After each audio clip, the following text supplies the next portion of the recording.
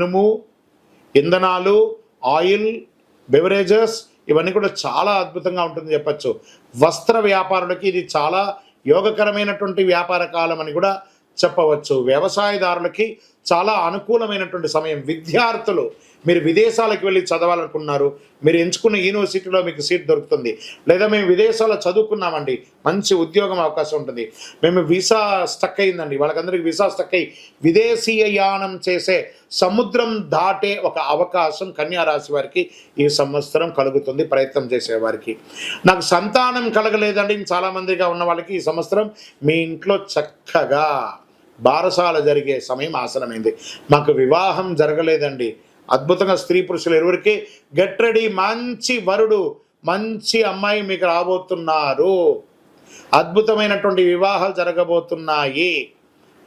వ్యాపారస్తులకి మీ యొక్క dead stock అంతా తొలగిపోయి అద్భుతమైనటువంటి వ్యాపారాలు జరిగే అవకాశాలు మెండుగా ఉన్నాయి. రాజకీయ నాయకులకి నామినేట్ పదవి వచ్చే అవకాశాలు, ప్రత్యేకించి స్పోర్ట్స్ వారికి చాలా యోగకాలంగా ఉంటుంది.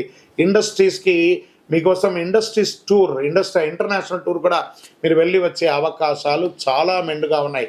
ఐటీ రంగం వారికి, మీడియా రంగం వారికి యోగకాలం అని కూడా చెప్పచ్చు. ఓవరాల్ ఈ విశ్వావసునామ సంవత్సరం జాక్పాట్ ఇయర్గా చెప్పవచ్చు.